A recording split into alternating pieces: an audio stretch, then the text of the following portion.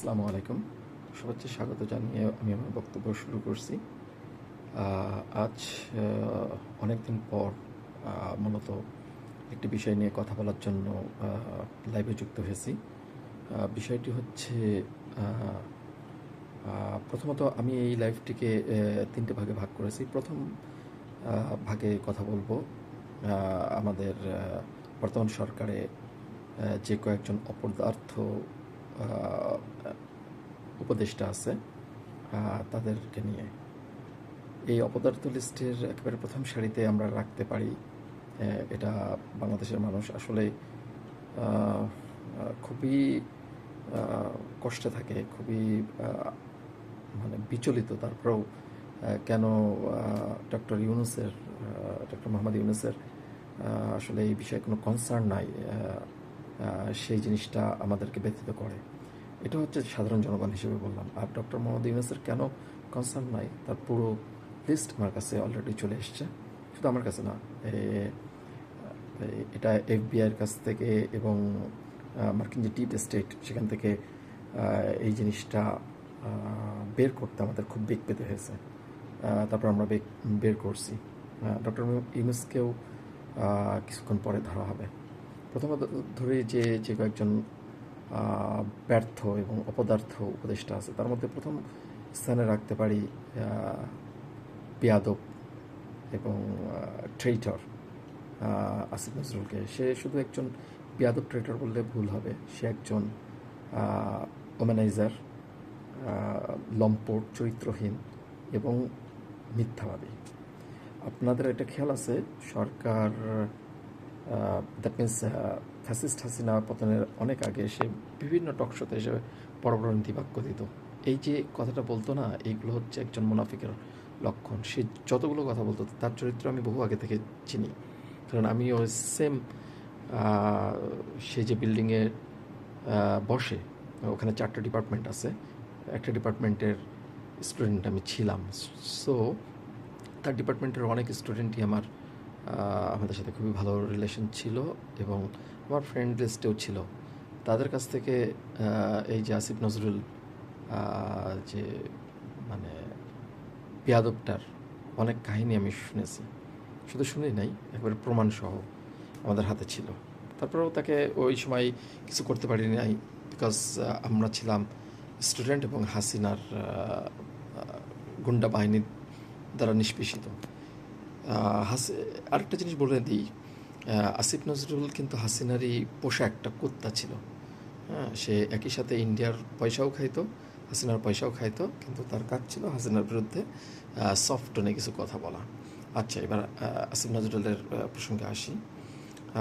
তার মানে অবৈধ জিনিসের তো শেষ নাই, সেগুলোর জন্য তাকে ধরবো মানে কি, অন্যান্য যে ইউটিউবার ভাইরা আছেন যারা আসলে অনেক কষ্টে অনেক কথা বলেন, কিন্তু সেই ক্ষমতাটা তাদের নাই।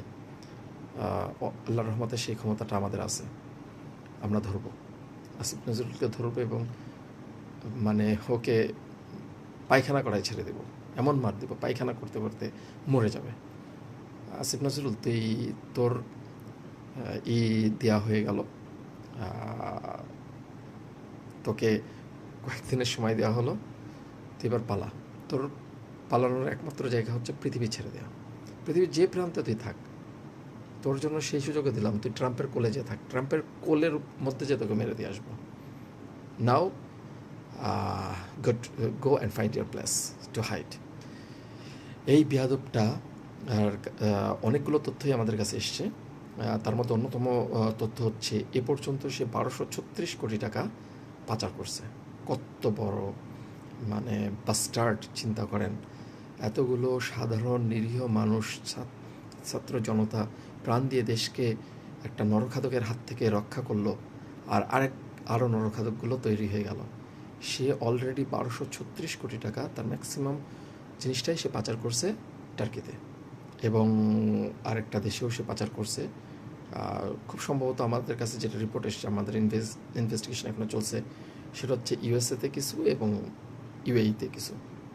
সো সব কিছুর তুই যদি না থাকিস তোর টাকা কে খাবে? তোর টাকা আমাদের কাছে আবার চলে আসবে, নো প্রবলেম, বাট নিরাপত্তার ব্যবস্থা করা হবে। সেকেন্ড জিনিসটা হচ্ছে বাংলাদেশের মানুষজন এতটাই অতিষ্ঠ হয়ে গেছে এই অপদার্থ এবং বাস্টার্ডের উপর। দেখেন, প্রত্যেকটা দেশে যে কোনো জায়গায় যে কোনো অকারেন্স ঘটলে এই মাদার ফাঁকার আগে যে উপস্থিত হবে, এই বেয়াদবের বাচ্চা আগে যে উপস্থিত হবে একটা ক্রেডিট নেওয়ার জন্য। তার কিন্তু মূল target is not to get the sympathy from the that means sympathized to the nation, no, to get the sympathy from the people. যেন মানুষজন তার এই মানে হায়নারূপী যে ইন্টারনাল যে পিশাচটা বসে আছে সেটা যেন দেখতে না পারে, সবাই যেন তার বাইরের এটা দেখে। আর আপনারা তার চেহারা দিকে লক্ষ্য করলে দেখবেন আজ থেকে 30 বছর আগের এর এই শয়তানের চেহারা দেখেন আর এখন দেখেন, এখন তার চেহারাটা দিন দিন একটা শূকরের মতো হয়ে যাচ্ছে। এগুলো আল্লাহর ফল, এবং আল্লাহ তো এর উপযুক্ত ব্যবস্থা, এটা আমাদের কোরআনেই আছে, এবং মুহাম্মদ সাল্লাল্লাহু আলাইহি ওয়াসাল্লাম অনেকবার সাবধান করছে আমাদের যে আমরা যদি অন্যের হক বিন্দুমাত্র মারি, এর ভয়ঙ্কর বিচার আছে মৃত্যুর পরে। সেই বিচারের ভার আল্লাহর উপর ছেড়ে দিলাম, কিন্তু আল্লাহ কিছু বিচার আমাদের করতে বলেছে। হাসিনাকে যে প্যাদানি দিতে পারি নাই এখনও পর্যন্ত, সেই প্যাদানি আসিফ নজরুল তোকে দেওয়া হবে। Get ready for year turn. Second যেটা বলতে চাই, এই যে শিক্ষা উপদেষ্টা, এটা গুড ফর নাথিং, পাট শ্রম কর্মসংস্থান উপদেষ্টা আছে, তারপরে এলজিআরডি আমাদের যে আসিফ মাহমুদ সজীব ভুইয়া। হ্যাঁ আসিফ, তুমি রেডি হও, তোমার পিছন দিক দিয়ে বাঁশ ঢোকানো হবে, মাথা দিয়ে বের করা হবে। তুমি কি করছো জাতির সাথে সব কিছু প্রকাশ করা হবে, মুখে থুতু ছিটিয়ে। তারপর তুই তোর মৃত্যুর পরোয়ানা তুই জারি করবি, আমাদের জারি করা লাগবে না। গেট রেডি আসিফ, তারপরে এই যে মাহফুজ, তোরা রেডি হ।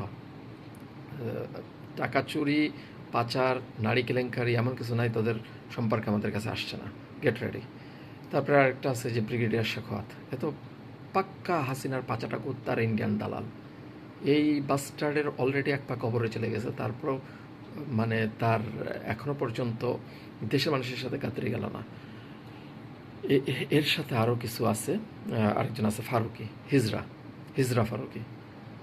ওরে তো মারাও লাগবে না, মুখের সামনে হাত উঁচু করলেও জায়গায় হার্ট ফেল করে মরে যাবে। ফারুকি, তুইও রেডি হ, তোরেও তো অপরে পাঠানো হবে না। পালানোর চেষ্টা কর, দেখি তুই কোথায় পালাস। তবে একটা সুযোগ দিই তোদের সবাইকে, এই পৃথিবী ছেড়ে পালা। এই পৃথিবী তোদের জন্য না, আল্লাহ পৃথিবী সৃষ্টি করেছে তোদের জন্য না, ঠিক আছে? হাসিনাকে যে শাস্তি দেওয়া হবে তার থেকে কঠিন শাস্তি দেওয়া হবে তোদেরকে। এইটা হচ্ছে এই জিনিসগুলো মূলত আজকে এই কয়েকজন উপদেষ্টা এবং মূলত বাস্টার্ড আসিফ নজরুলকে নিয়ে করা হলো।